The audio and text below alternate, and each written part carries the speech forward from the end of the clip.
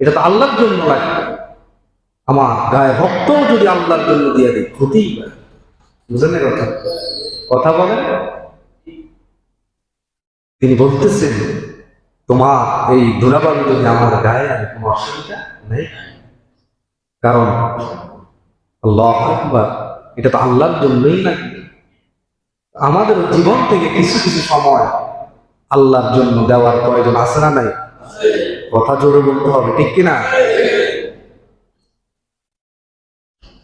আল্লাহ রাস্তায় গেলে ধুলাবালু লাগবে, জামা নষ্ট হয়ে যাবে, রক্ত যাবে, ঠিক কিনা? মাঝে মধ্যে জীবন দিয়ে দিত। আমাদের জীবনটা, আচ্ছা আমরা যে এসেছি দুনিয়াতে কার ইচ্ছায়? আমাদের গায়ে শরীরে যে রক্ত, এগুলা কার? সবগুলো আল্লাহ। আল্লাহর জন্য দিয়ে দিলে কোনো অসুবিধা আছে?